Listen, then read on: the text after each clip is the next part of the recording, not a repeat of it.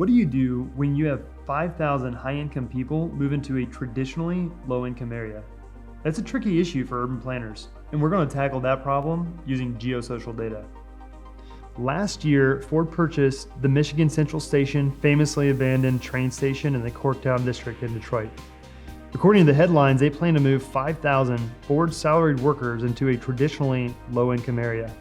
And the team wants to amplify the current resilience rather than replace the current community. So how do we design retail that brings both these communities together? Let's compare these two communities on ArcGIS.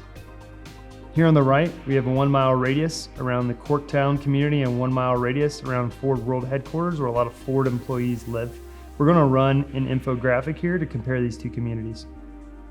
So here we can see Corktown on the left, Ford World Headquarters on the right. On the left, we can see the tapestry segmentation and the demographics, generally low income, singles, single parents, and families. And on the right-hand side, primarily Caucasian and higher income singles and families.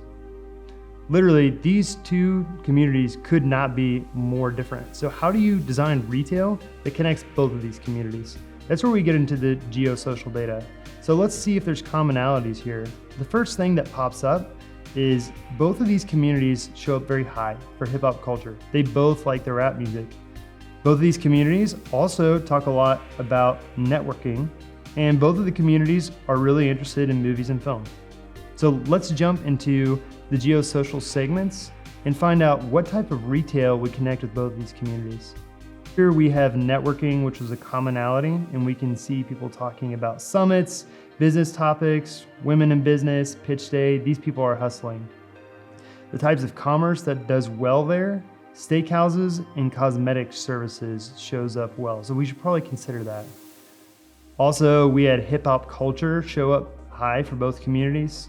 So people are talking about different rappers. They're using the mic symbol, emoji, record labels, talking about freestyle. And the commerce that typically does well in areas that score high for hip hop culture, barbershops and comfort food and gyms. Okay, so putting all this together, networking, hip hop culture, and film lovers, common interest in these communities. What types of retail would do well here? And we have them all listed out.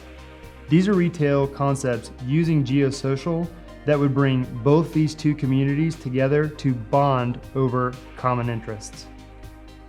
Combining dramatically different communities is a pretty complex problem for urban planners, but we just use geosocial data to capture the common interests that bond these communities to make our urban planning and retail strategy clear.